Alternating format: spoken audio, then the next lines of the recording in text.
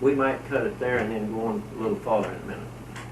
So you were there on a hunting trip with Brother Branham when Brother Branham talked to the storm. Yes, that was in October of 1963, and we were there. That was Brother Branham and Sister Meady's wedding anniversary. We were there. The storm, I think, was the day before that. And were there many brothers with you there? When we went, we drove from Jeffersonville.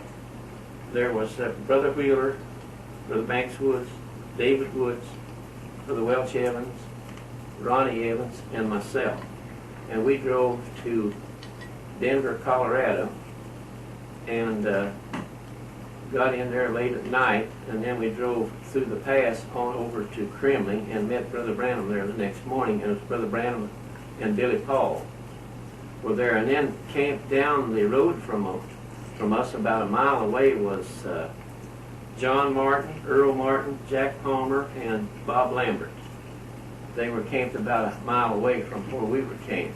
And we got in there to the hunting area on a Saturday, and Sunday we just around the camp and so forth, and Brother Branham would talk, this and that and the other, and some of them I think went out and hiked in the woods a little bit. And then on Monday was the day they started hunting, and I never forget, it rained, real cold rain that day, and everybody came in. We built a lean-to with a piece of canvas and built a fire under it.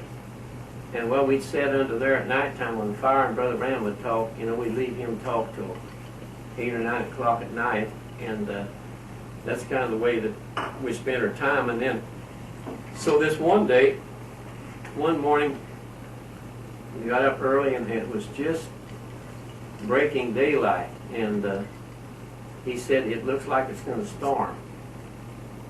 And he said, "If it starts to snow," said, "you all head back to camp immediately, because you can get lost. That wind will swirl that snow, and you can't see nothing. You can't tell. The only thing is, in the woods, and that snow's so heavy." So I don't know. It's about I went back the other way from the camp, just up a little ways, and I remember those clouds coming in, and they were hanging so heavy in this valley, looked like they were so heavy you could just reach up and touch them.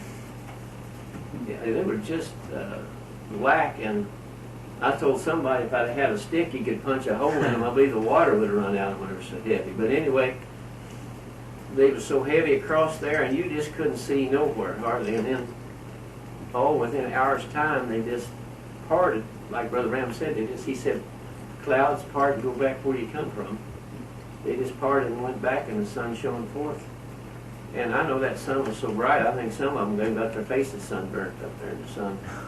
The sun is bright up there, but the altitude made it kind of cold.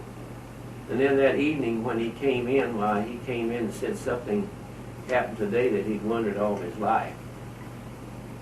And I don't know, he never did say what it was. Because he saw Sister Meady back as a young person. And then we often thought, this is just my thinking, we often thought, could a man speak to the elements like that and they obey, like when Jesus was on the water? That's what you were thinking at that moment? Yeah, it's just thought, And so it was quite a time. And then, but Brother Branham didn't say anything about what he had experimented that day. No, but I know the day, I've got to back up just a little bit, because the day before this happened, hunters were all leaving and going out. The game warden had come in, and some of them had radios, and they said it was going to come a storm, and it was just leaving, going out. Everybody had left. Even the other brothers who were in the other camp, they left. And we were up there by ourselves. And so that was the day before. And that evening he was talking about, said, now if it does come a storm like they're thinking, says, you get right back to camp. And we were the only ones left there in that area.